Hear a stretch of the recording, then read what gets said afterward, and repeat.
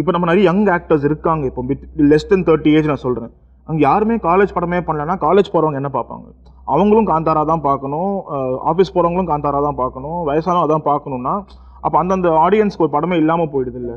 நம்ம ராம்காம்ஸும் வந்து இப்போ நம்ம ஸ்டார்ஸ்லாம் பண்ண முடியாது இனிமேல், அந்த ஏஜ் அவங்க தாண்டிட்டாங்க, அவங்களும் ஒத்துக்கிட்டு நல்லதாக இருக்கும். கவின், ஹரிஷ் அந்த மாதிரி எனக்கு என்ன இப்போ கவினா இருக்கட்டும், ஹரிஷ் கல்யாண், மணிகண்டன் யாராக இருந்துட்டும் இப்போதைக்கு அவங்க பண்ணல. பட் அவங்களும் வந்து எனக்கு ஸ்டார் படங்கள் தான் பண்ணணும், ஒரு ஆக்ஷன் சீக்வன்ஸ் அவ்வளோ இருக்கணும் அப்படி தான் பண்ணி யோசிச்சாங்கன்னா அப்போ தமிழ் சினிமா எனக்கு அப்போ தான் கொஞ்சம் பயமாக இருக்கும்.